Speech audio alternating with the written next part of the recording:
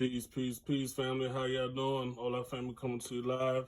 Just want to show you into my works of the duck fetishes. And basically, if you don't know, you can use duck as a totem, as a talisman, right? So I've been working on some fetishes, something I've been working on for a minute. Here's the first ones I finally got constructed, and I got a lot more on the way.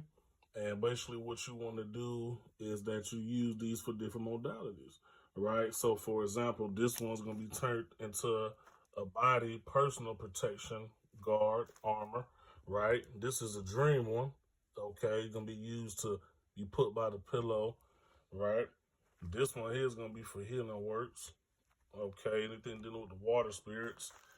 This one here is going to help ward off evils and negative energy. So I might put this, on the vehicle. I might put this by the window, by the door, anywhere I need to put protection at.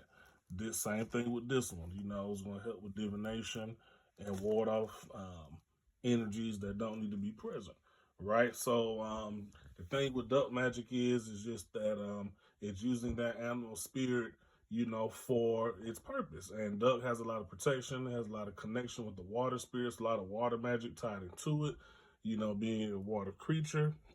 Using these will be enchanting these with certain herbs, certain dry herbs, incantations, and sacrifice that goes over them. And something that holds energy, you use to work with your shrines and fetishes.